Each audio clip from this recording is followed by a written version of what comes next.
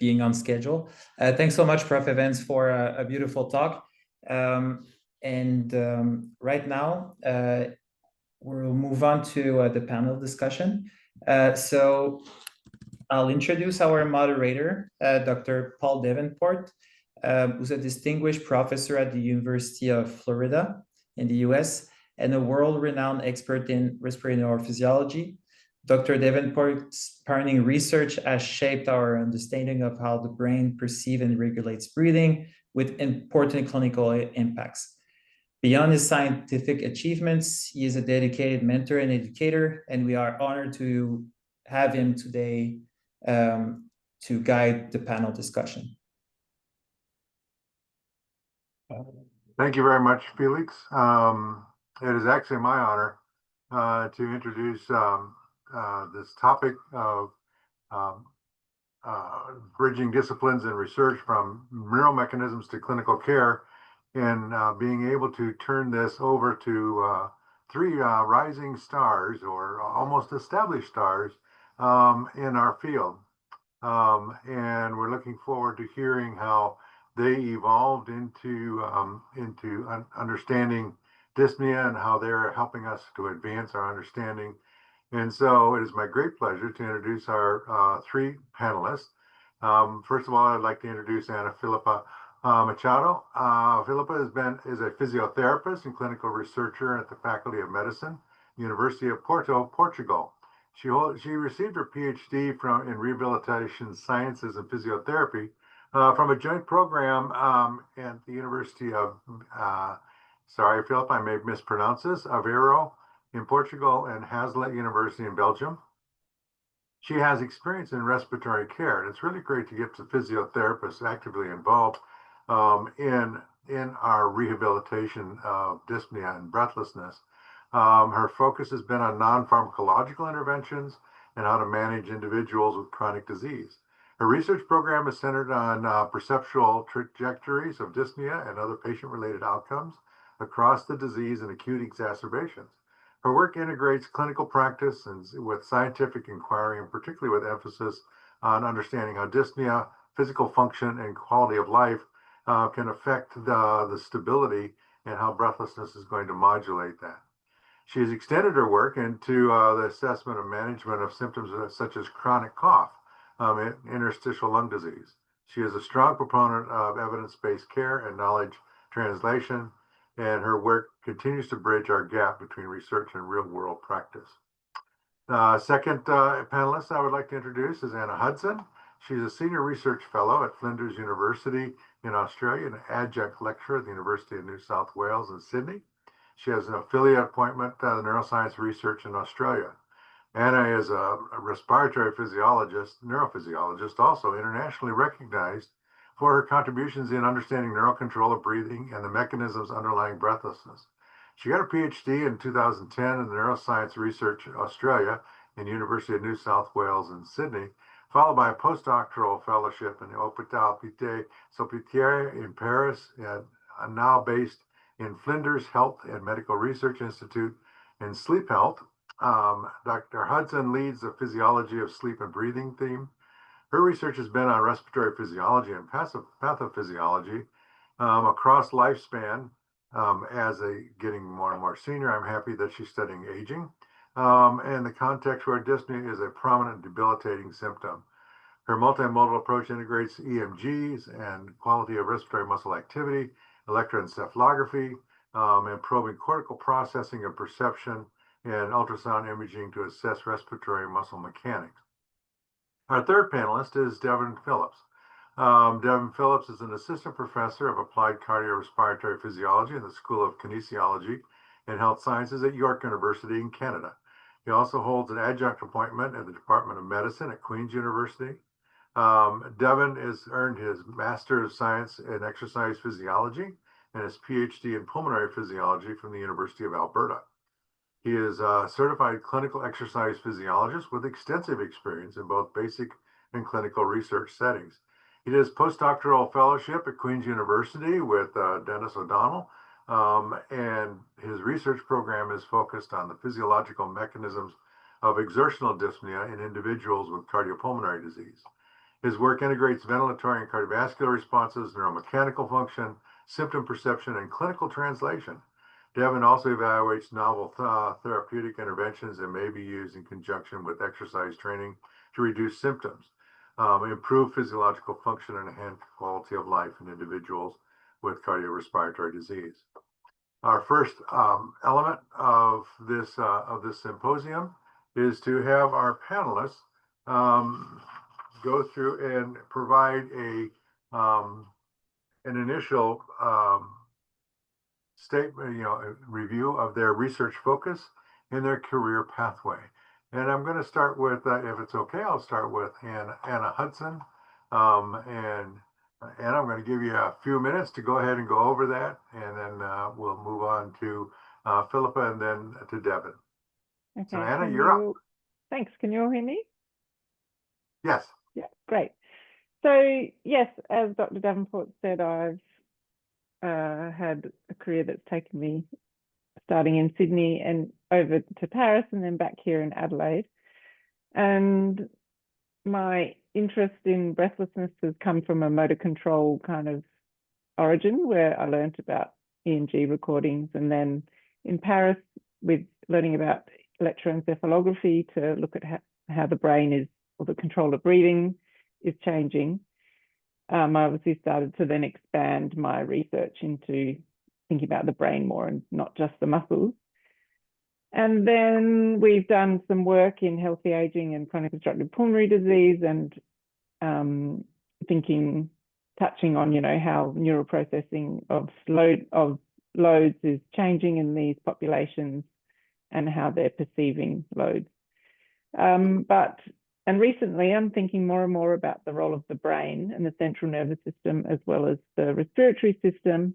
And I guess this kind of came from a personal experience. I was in an accident, like a car accident that caused some anxiety, and it was very noticeable to me how my cough symptoms related to my asthma were really exacerbated during that period, and the power of the brain to change your symptoms also almost immediately when there's no reason that nothing's changed in the periphery. So that really got me thinking more about the brain and kind of feed forward mechanisms of the brain and the role of interoception and perception of breathlessness. What motivated you to get into the area of dyspnea? I guess partly, from obviously studying the respiratory system, I came from a kind of a very pure physiology background, but as I met more and more patients with chronic obstructive pulmonary disease who came into the lab to do studies, and they described their symptoms and their quality of life, and obviously breathlessness was a major impact on that.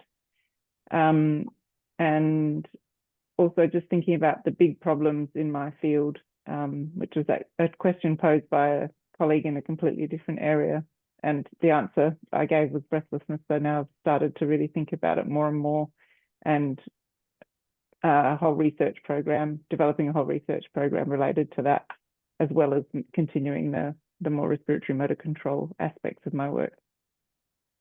Fantastic. Thank you, Anna. I'd like to ask Philippa to give us her outline and give us her initial statement. Hi, everyone.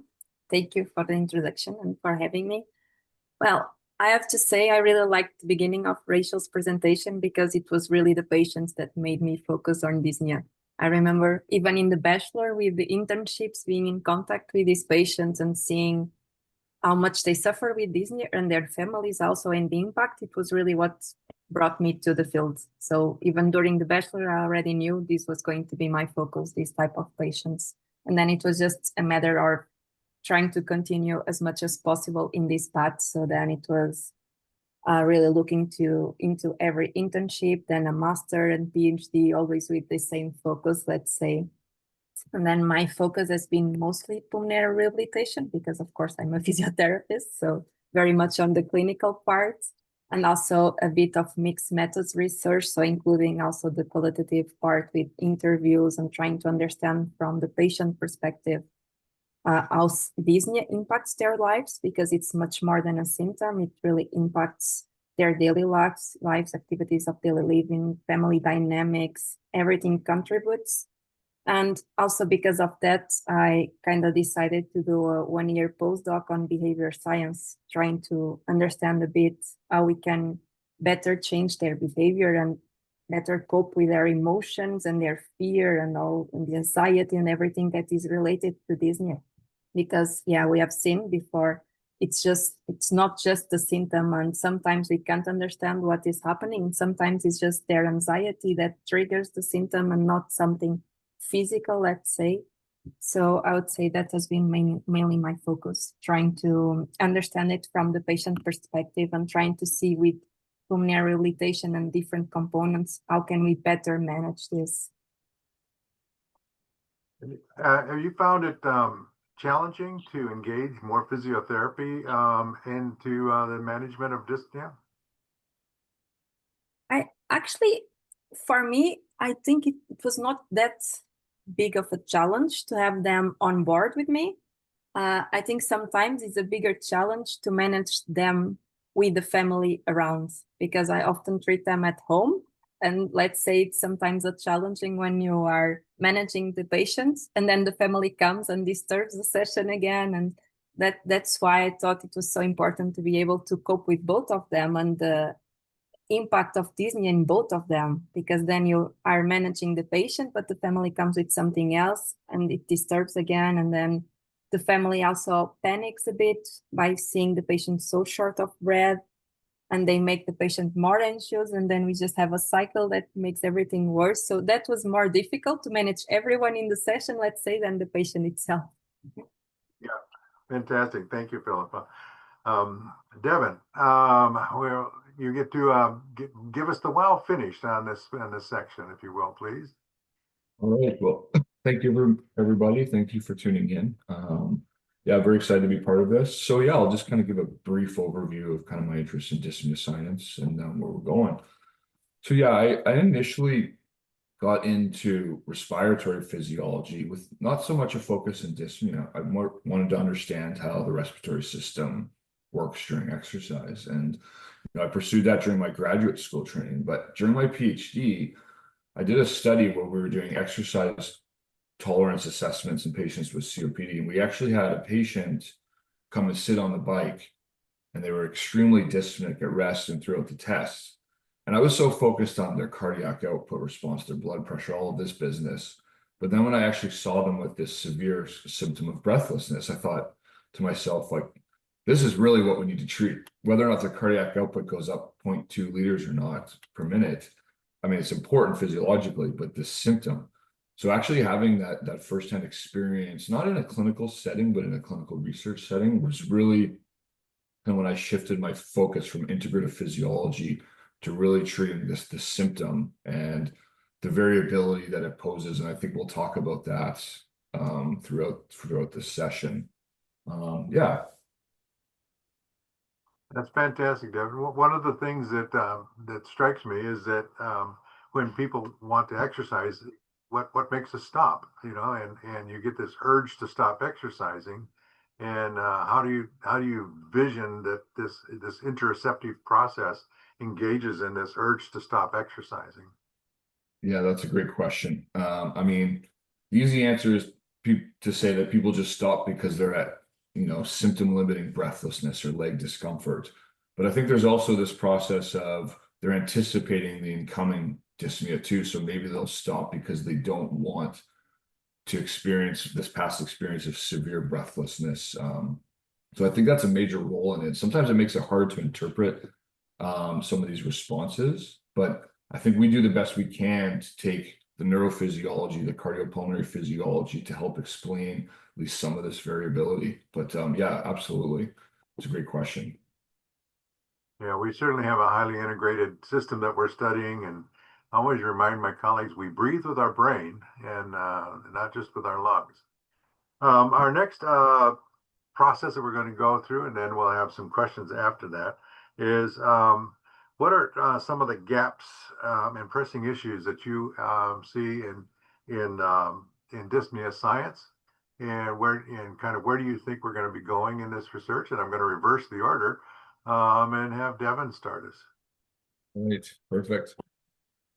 Okay, thanks. Yeah, I mean, I think, thank you, Dr. Davenport. You sent us some nice notes yesterday, which was very helpful in preparing. So I've got a few things jotted down, but I think overall the overarching theme is going to come back to the document that Dr. Evans discussed today, is to not necessarily, well, obviously treating the disease, but focusing on the symptom of dyspnea and the massive variability that it poses. So I think the important integration of the mechanism, measurement, and management is so critical, but I think we just really need to dive beyond that. But, you know, understanding from a physiological, neurophysiological level, you know, what is the reason for the person's breathlessness? You know, a couple of examples I was thinking of is, okay, so we know that there's roles of cardiorespiratory dysfunction, neural dysfunction, vascular dysfunction.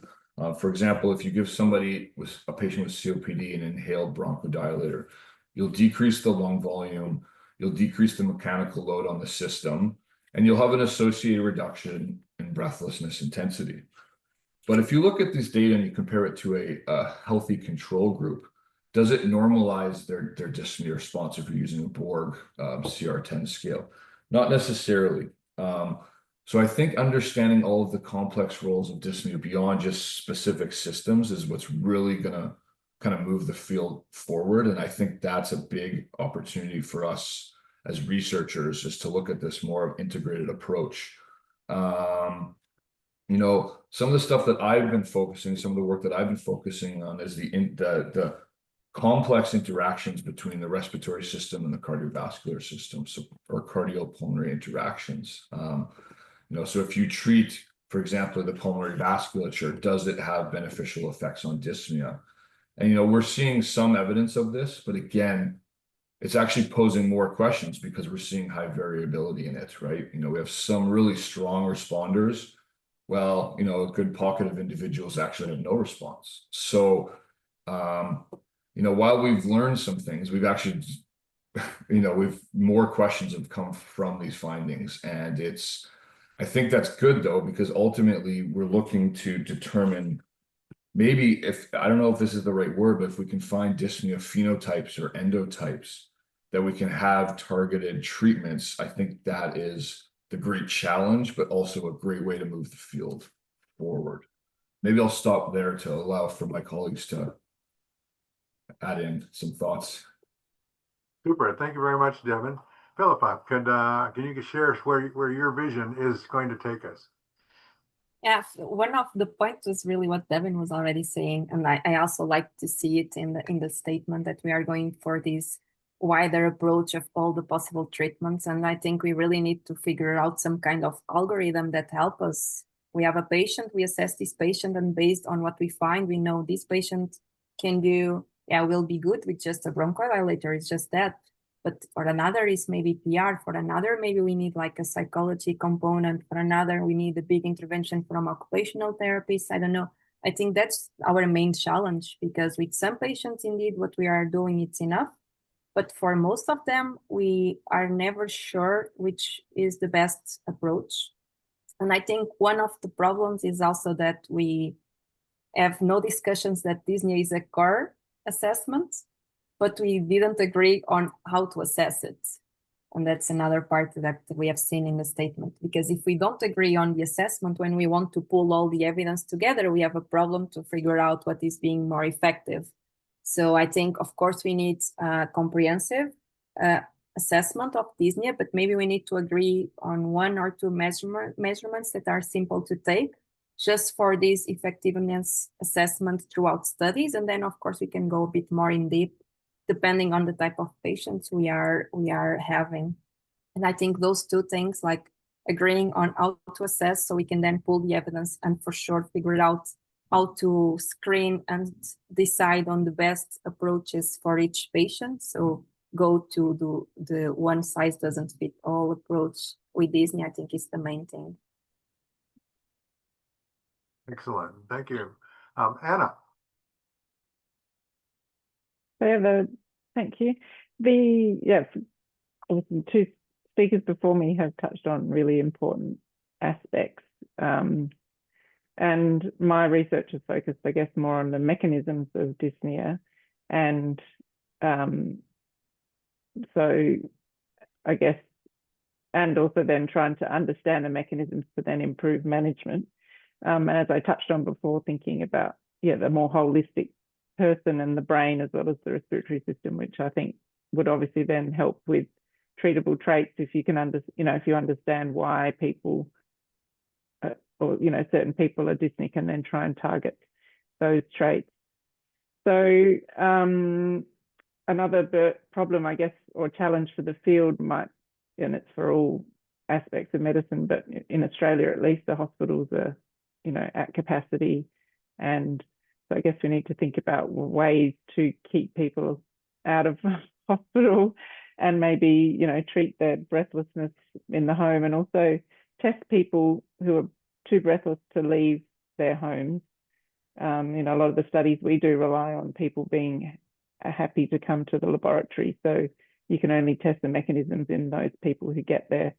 Whereas I guess thinking about ways to test people who are breathless who are in their home, and I think David Currow calls that the invisibility of dyspnea, and published a paper on that recently. That it's the scope of the problem is probably is big, right, and that a lot of people are being missed. For all the panelists, in the process of you developing your research programs, and your in essence your research development, what do you find is the greatest barrier that you're faced with in terms of being able to advance the field? Anybody want to grab that one? Yeah, I could just quickly speak to that. It actually builds right on Dr. Hudson's point right at the end there.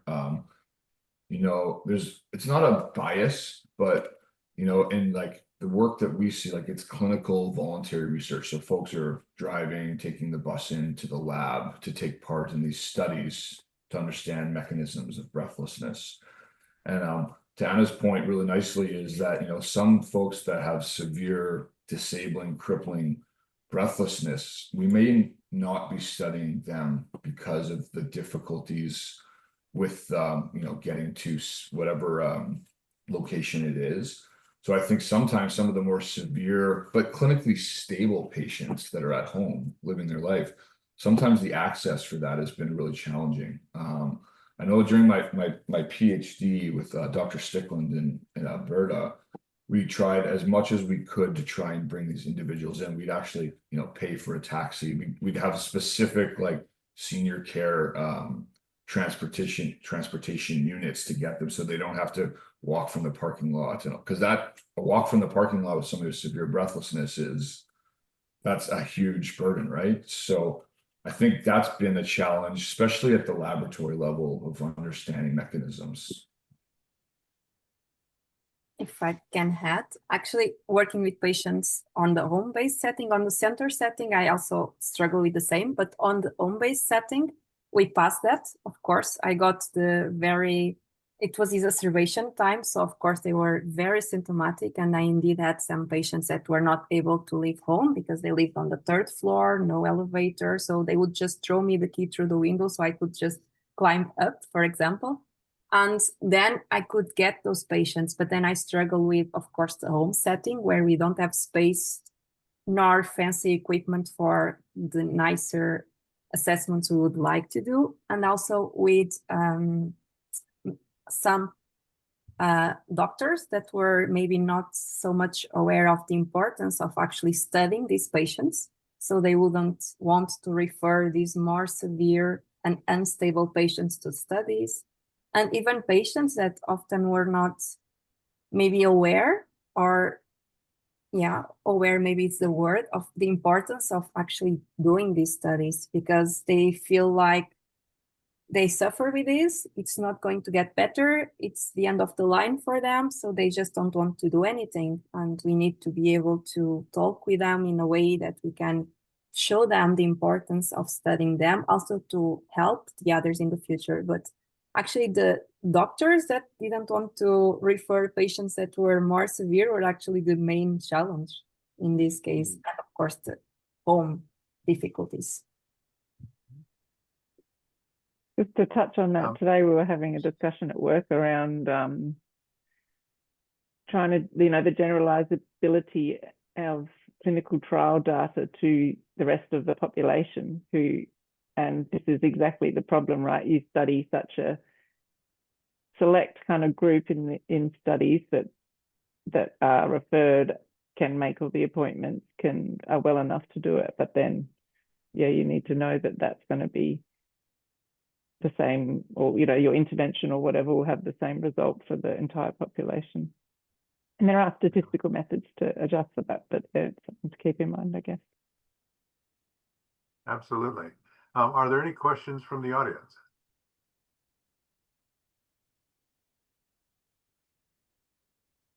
Other than why are there crickets? I can't see any raised hands. Okay. I think we got one here. Yeah. It's related to the studies on mechanisms are often in highly controlled laboratory environments, which I always get very amused when I bring a subject into my lab and I say, now breathe normally. Yeah, right. That's normal for me to breathe in your lab. Maybe not. And so how do you, the question is, how do you view the challenge of ecological validity, given that real life breathlessness is strongly influenced by uncontrollability, anticipation, catastrophizing, and also I think Devin mentioned it, there's probably also a distribution of hypoperceivers and hyperperceivers that may or may not have symptom suppression. So who wants to take that one? You're on the screen, Anna. How about you? Oh, okay, sure. Well, I just would think, I guess I'm thinking of the work of Haley Lewthwaite and Magnus Ekstrom, who are trying to roll out, do the momentary ecological measurements of breathlessness to try and get that more real life reporting of breathlessness and experience, rather than trying to have people recall it when they're in the lab and things like that.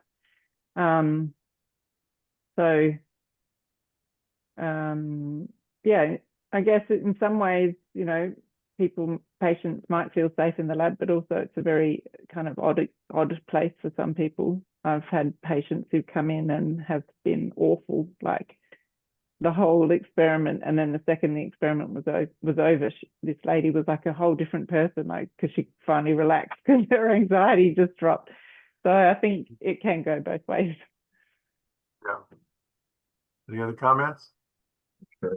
I'll just add a quick comment on, especially from the lab, the neurophysiological mechanisms. I think, quite often it's kind of like preclinical animal models. You can find some really promising treatments or mechanisms in a routine controlled environment. But I think the real test of various treatments to test or to treat various patients is taking it out into the, the real life, whether it's a large scale clinical trial for various interventions, or getting it outside of the lab and finding a way to see if this treatment really targets this mechanism successfully when you're outside of the setting. I think most physiologists have that in mind, but it's hard to translate that next step, I would say, for us at least. Philip, I see you brought up the challenging environment of those that are around the individual while you're trying to work with them. And physical therapy, I work with a lot of those here at the University of Florida, and just compliance and having the patient really engage with the therapy seems to also be part of that element, doesn't it? Indeed. And the family and the friends, like their social network, can really help having them engaging with treatment and being compliant with treatment and even help them in the days we are not going to their home to do the session. But sometimes, you know, they're dynamic because they struggle with the patient suffering with dyspnea, and sometimes they are also a bit fed up with the patient suffering with dyspnea because it's so much and it's all the time, right? And it's every time they stand up and go to the bathroom, it's every time they want to take a shower, it's every time they need to help them with everything. And sometimes they go to a point they can't understand anymore because they don't see anything that could explain that the patient is so short of breath. So it's for the family difficult to cope and understand they actually struggle and they are not pretending. They really struggling. So then we go there and we help them managing their symptoms, and we are able to put them even exercising a bit, but because we manage the symptom, right? And we are helping with that. So then it's sometimes difficult for the family to understand, okay, you are now doing step training, but then you can't shower by yourself. And you ask me for help all the time. And then they start complaining with the patient in the middle of the session, you know, these small family discussions and stuff like that. But when we are able to explain to the patient and to the family why they have this symptom, we try to explain that they are not pretending. We try to explain how they can actually help the patient with managing their breathing, because often they don't know how to breathe when they need to move. That end of the line is this. Very basically, they don't know how to breathe if they need to move at the same time. And sometimes if they learn how to do this breathing control and how to pace themselves based on their breathing, and the family can understand this also and can support them at those moments, they will be our best friends in terms of treatment.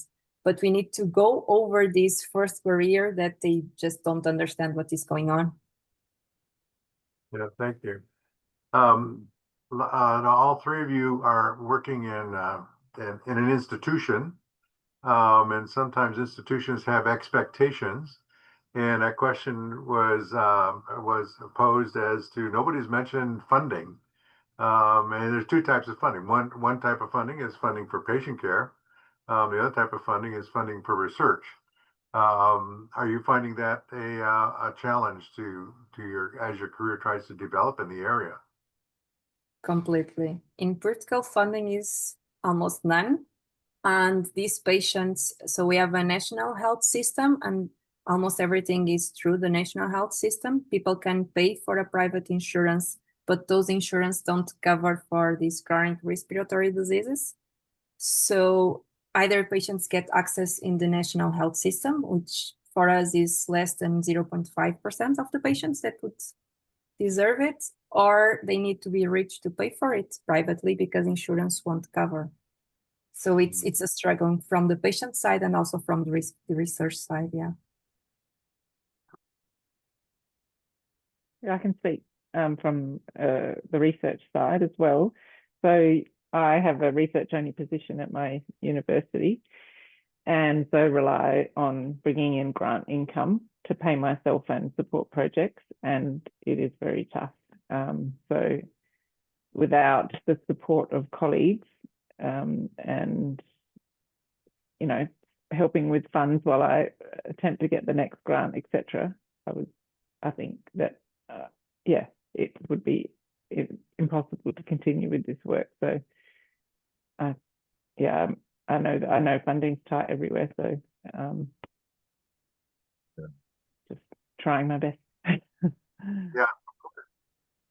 Yeah, I think you know, I can only really speak to my experiences in Canada. That's where I've been trained and currently work and whatnot. But I think, you know, if you look at, it's the CHR, which is, you know, it's a clinical level health related funding body from the government, and if you look at their success rates, it's anywhere between, you know, 8 and 15% of getting these grants, and these are large scale multi-year grants. You know, some are scaling up towards $500,000. And some of the advice, I don't know how this is otherwise, but the rule of thumb is you apply at least 3 times with the same project to get that grant. You know, and I've lived that through my PhD work with Dr. Stickland in Alberta. Is, you know, some of the aims for this grant are actually finished using small, local lung association grants and smaller scale, like catalyst type grants. So I find that like a little bit ironic. But I think I understand it at their level because they have limited funds to give out, right? So they have to be very selective. Take away the politics from it all. So I think, yeah, just a general lack of funding. It's probably everywhere. It's probably going down relative to the burden of breathlessness prevalence. I think it's way underrepresented. Dyspnea science funding. Yeah, and as Richard points out in our chat, that the U.S. is cutting back on some of the patient-centered outcome research.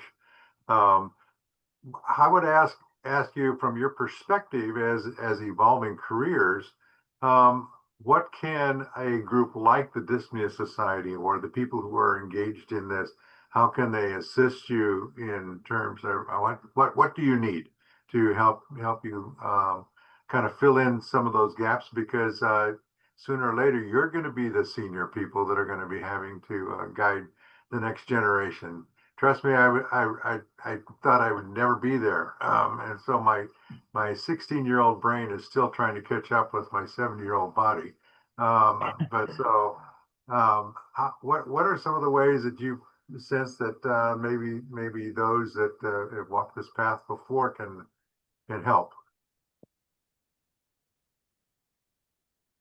I don't know. I think just by having the society, it's already a big step, because now we can use the society next to the funding bodies in a different place. Having a scientific society just on dyspnea needs to open the eyes of the funding bodies, right? That this is an important topic for research. So maybe if we can, through the society, raise awareness nearby these funding bodies, that can help.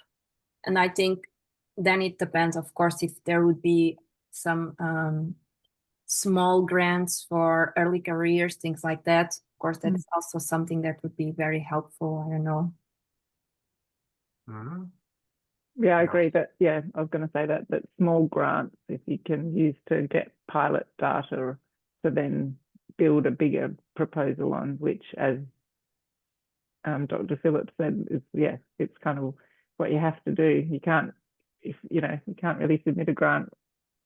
In Australia, we have these ideas grant schemes, and the whole purpose is for really innovative ideas, but still you're very unlikely to get the money if you can't show that you have pilot data to support the idea. So, and then I guess the other thing I was going to mention is, bringing people together from different disciplines to make more impactful work would, I guess, help build the profile of ECRs.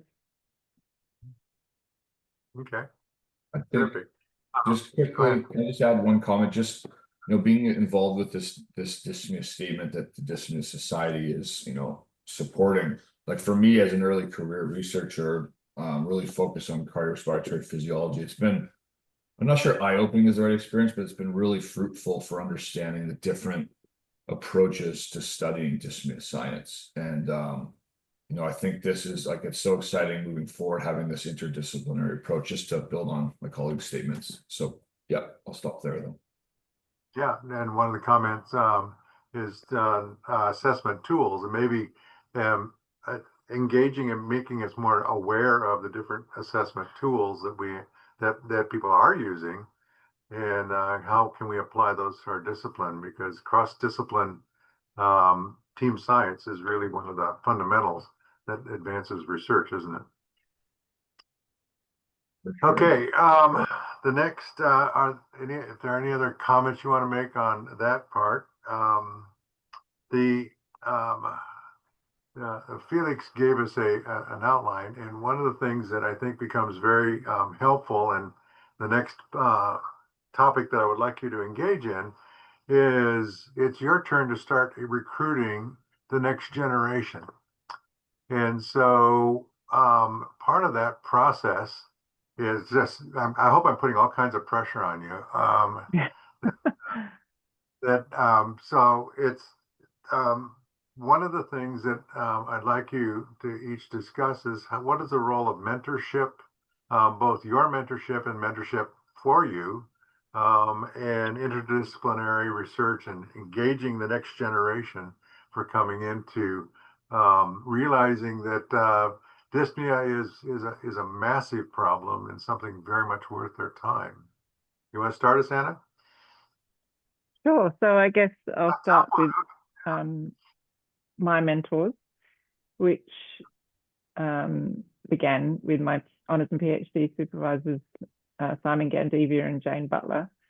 And so I've obviously learned from their scholarship, but we still work together now, however many years on, and they're great friends. So they taught me about doing good, solid physiology work. And then Tomas Similovsky, who was my postdoc supervisor in Paris, has been a great mentor and continues to, and brings that really clinical perspective that because of obviously working in the hospital alongside his research. And then I've had other mentors along the way, and from different disciplines, which I think is a real strength because they bring, different perspectives and make you think about things differently.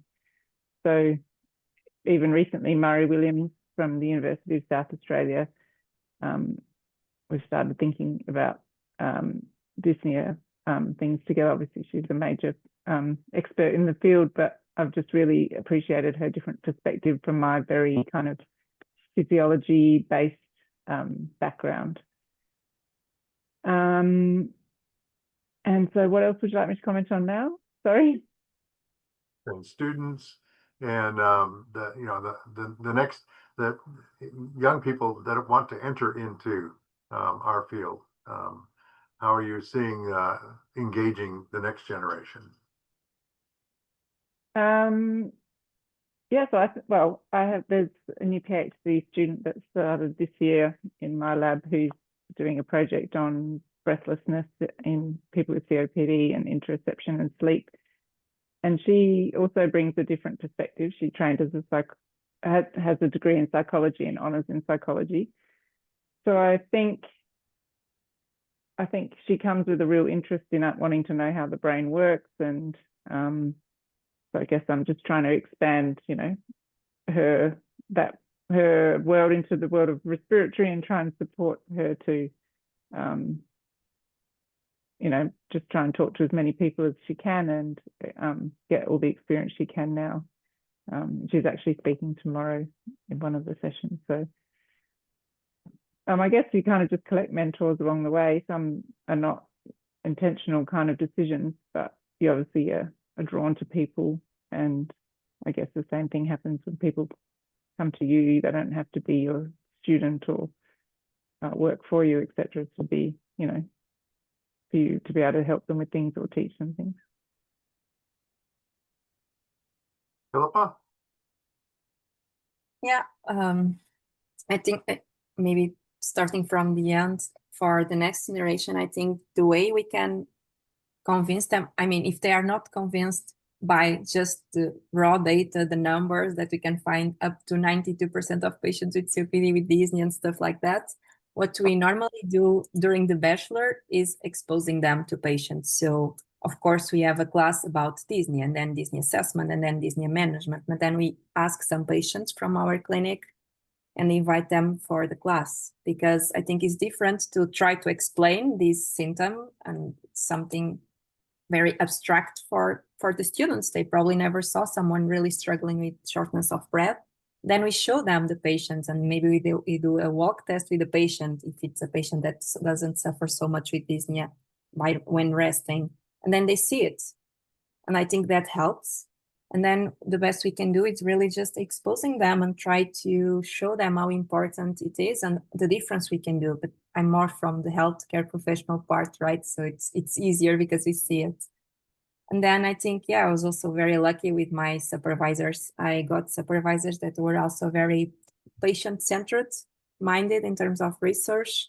And they also tried to expose me to different opportunities, going abroad, trying different mentorships programs, even if it's within the societies, within even research journals, because then we are in contact with different people from different backgrounds, with different perspectives, and that really helps us thinking out of the box. I think that's the most important. Outstanding. Devin. Perfect. Yeah, I think just some of my strategies, I've been a professor for about 2 years now, so I'm still very early in gestation.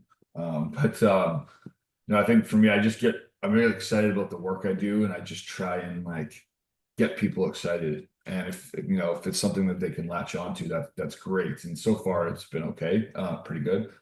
But I think the biggest thing, I think to myself that I had as a trainee, and now hopefully carrying it forward to the next level of trainees, is the exposure, whether it's exposure to, patients seeing a clinical exercise test, whatever, or being exposed to various things like this webinar, for example, or, the ability to present at the Dyspnea meeting next June in Sweden. I was given some opportunities early in my career that really kind of got me excited about dyspnea science. And I still draw on those. One example is looking at those point-counterpoint discussions at the ATS meeting with Dr. O'Donnell versus Dr. Cassaberry on the breathing versus the legs and all those intricacies. And, that was almost 10 years ago. I watched that, probably 10 years ago. And I still draw on like the excitement from that. So had my PhD supervisor never given me the opportunity to go to this meeting and fund it, of course, it could be a different story right now. So I think give your trainees and your students an opportunity to get inspired. It might not happen like instantly with one thing, but over a course of a year or two, chances are, if you're excited and you give them the opportunity, hopefully it'll be a good outcome. Or they'll know for sure that they don't want to do it too, which is also important. That actually is a good decision. Like when young people come into the lab going, "No, I ain't never going to do any of this again," and that's okay. That they find their own career path, can't they? That's fantastic. Any questions for our panel from our audience?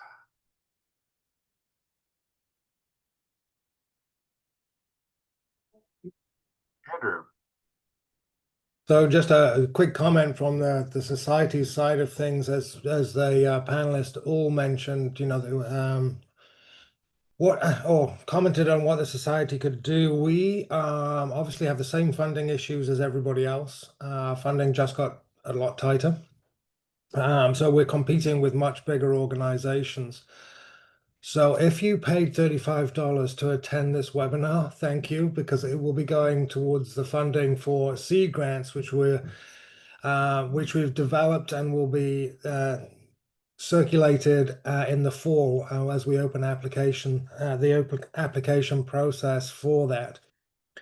On the diversity, I think both Philippa and Devin mentioned meeting other people was really useful.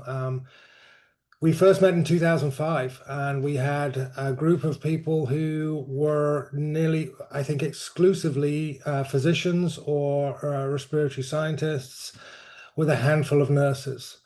I'm thrilled to say since then, our population, our membership has diversified tremendously. And I think that provides opportunity to get that mentorship from other disciplines and for scientists to meet more clinicians, physicians, physiotherapists, etc., nursing, that can provide that diverse mentorship, which hopefully at meetings we provide that organic situation for them to find an appropriate mentor. Thank you, Andrew. You can take your hand down, Andrew. Thank you. Any other questions or comments?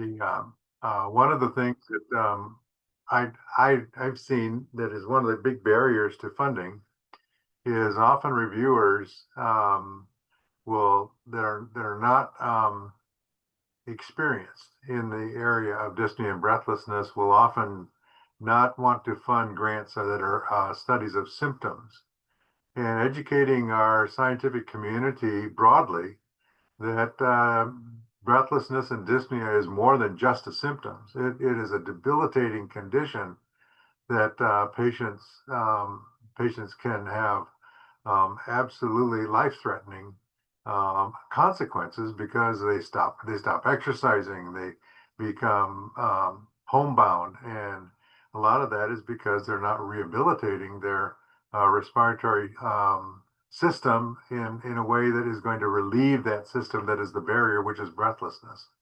And so I think one of the things that the society and more senior and all of us can do is promote the fact that dyspnea is not just a symptom. What we're studying is we're studying a debilitating condition that is really, really important for patient management in multiple types of conditions and diseases. And, think of neuromuscular disease and other types of conditions that are in addition to just lung disease. So that's one of the areas I think that we can make an impact through education.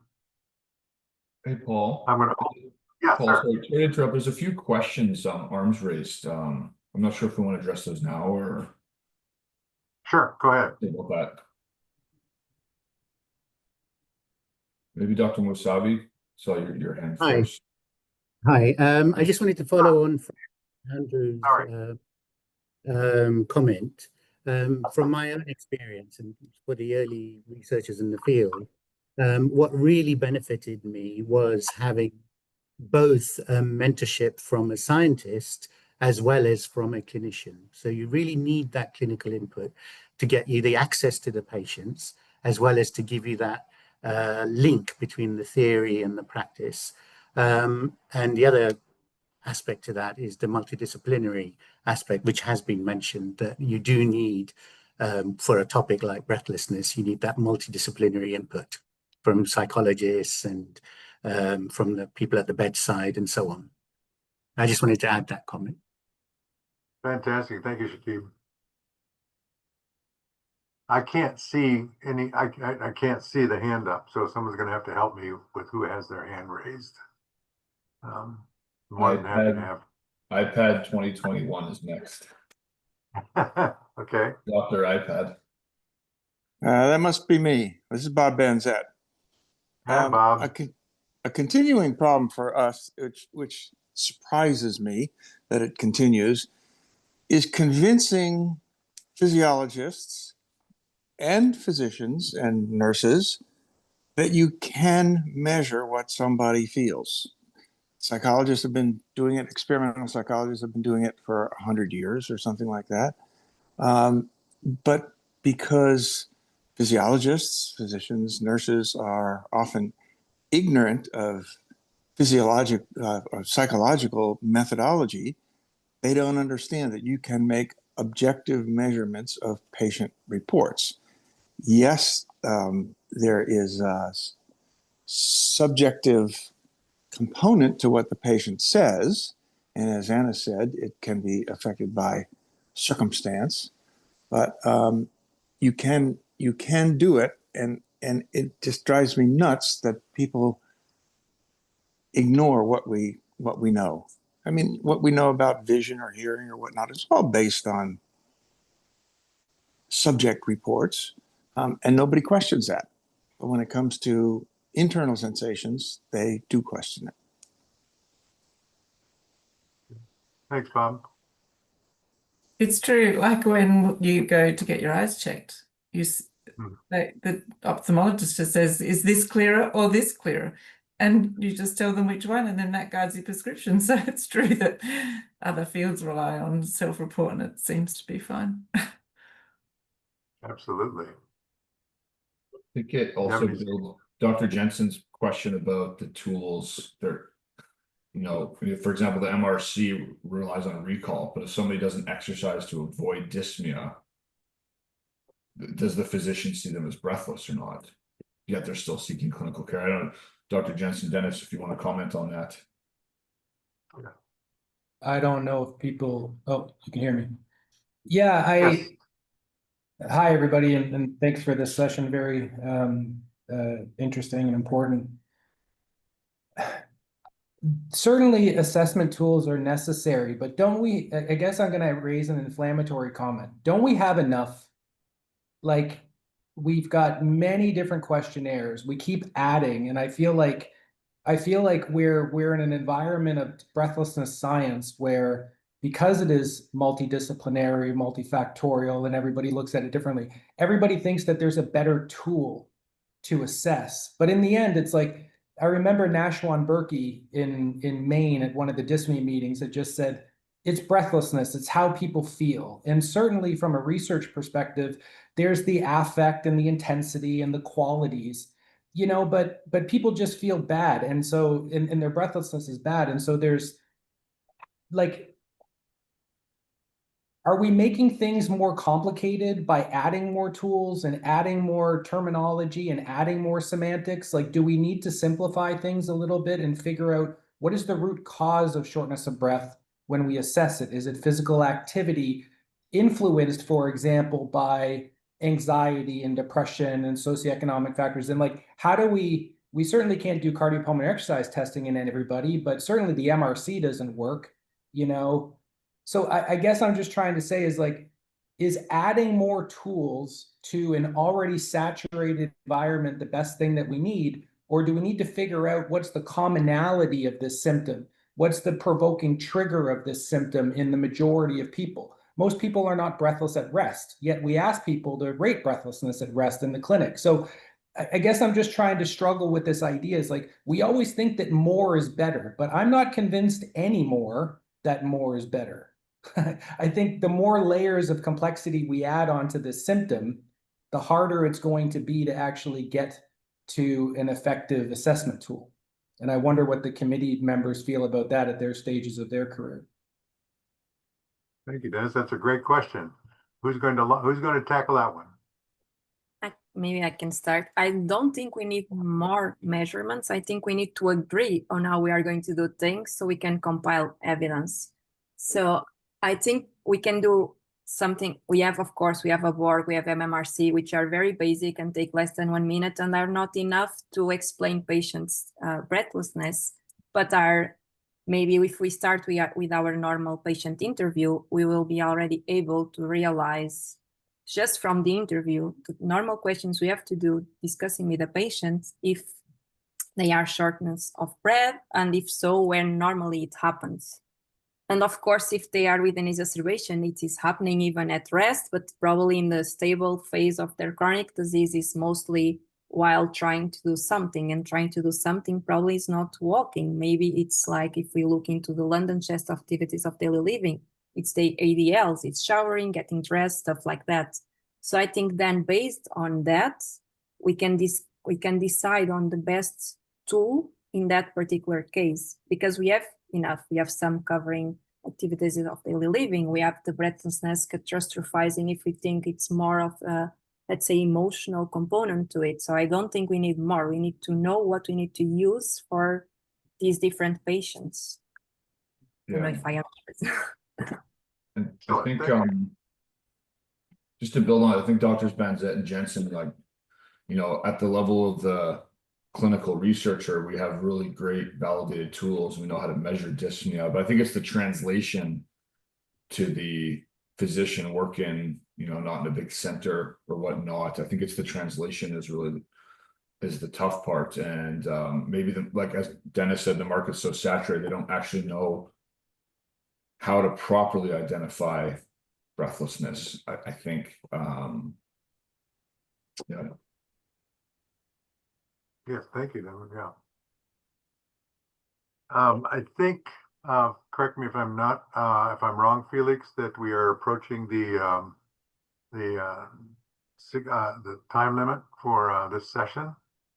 Yeah, sure. We still have maybe time for 2 more questions. Yeah. So any final questions or comments? Rich Schwarzstein has his hand up. Okay, Rich. Yeah, hi.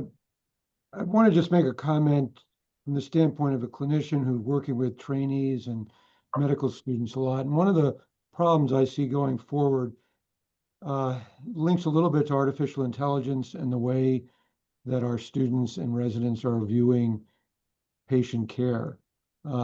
Getting a good history from a patient is not a high priority. Physical exam skills as well have deteriorated. And this is a challenge, right? Because a lot of what we're talking about, at least translating the research into clinical environment, means not just you're short of breath or you can only walk a half a mile as opposed to a mile, which you used to, which is where the level that a lot of our trainees are at. It's talking about getting the nuances of what that shortness of breath feels like and what the implications are. And it's just not where their heads are right now. And it's not where a lot of the faculty are teaching, and at least what I'm seeing in Boston. And I worry about that. I don't know whether those of you in England and the rest of the Europe and Paul, you in Florida, whether you're seeing the same thing at all, the extent that you talk with your clinicians. But this is a challenge. It's probably part of the reason we're not getting a lot of funding for this as a priority as well for the NIH. But I see this as a real challenge that I work with every day when I'm interacting with students and residents. Outstanding point, Richard. Thank you. Okay. Any last comments or questions?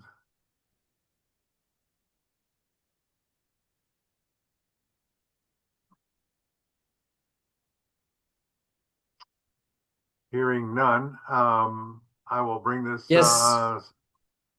There's another one? Sorry. Yeah, there's Dennis, Dr. Jensen that rose his hand. Just want to, hello to talk. Okay, you can speak, Dennis. Yeah. Keep me Hi. on task, Felix. I just wanted to say, actually, in relation to Dr. Davin, and Dr. Schwartzstein's comment, I remember years ago, David Currow was visiting Montreal, and we were sharing the metro together and going to the hospital. And he was telling me that medical doctors, when faced with a patient, they created a scenario, a medical simulation scenario, and when faced with a patient with pain, they were much more comfortable doing a history on a patient with pain and prescribing a therapeutic intervention because there was a lot more information. They knew that they had opioid or non-opioid analgesics, or they had various therapies. But when those same patients were faced with those same, aspiring clinicians were faced with a person with refractory dyspnea, they didn't know what to do. They wanted to move on from the clinical assessment as quickly as possible because there was no good tools to assess it. There was no, maybe they didn't understand it because they had never experienced it themselves, and they didn't have anything in their lexicon about how do I treat this. If you have COPD, you give them a bronchodilator, that should make them less breathless and move on. So again, we're in this interesting thing where, maybe we're 25, Dr. Benzet has talked about this, years, maybe we're 20, 30 years behind pain research. But it's interesting that if the healthcare provider, the one that the patients rely on to help them get better, look at somebody, a dyspneic person, and panic, and they're like, but don't you have pain? I can do something if you have pain, but I can't do something if you have breathlessness. And it's like, equally, they have massive impacts on people's quality of life, and they share so many kind of neurophysiological overlaps. But maybe it's just pain is understood and dyspnea not. I don't know, but it's an interesting thing is that people will stay away from stuff that they don't understand, or if they can't, they don't think that clinically they can do something effectively. So anyway, it was more just a comment to follow up more than anything else. Yeah. Thank you, Dennis.